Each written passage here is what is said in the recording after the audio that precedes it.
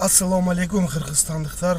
Россияда, Турцияда, бүтүн дүйнөдө эмгек кылып жүргөн иммигранттар, кыргызстандыктар. Мен дагы иммигрант, Москвадан Ильяс. Кыргызстандан болом, Ош областында. Оштон тагыраагы. Кече видео чыгарган элек, Кыргызстан жөнүндө сүйлөп, Кыргызстан өнүгүүсү, армиясы, экономикасы, көп нерсе жөнүндө сүйлөдүм да.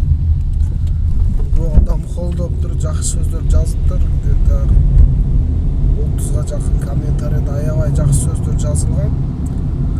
Рахмат айтам, ким поддерживать кылып атса каналды. Бул канал мен кыргызстандыктардын каналды көрүп, какой-то мотивация алып аткан жери бар да, керек болсо.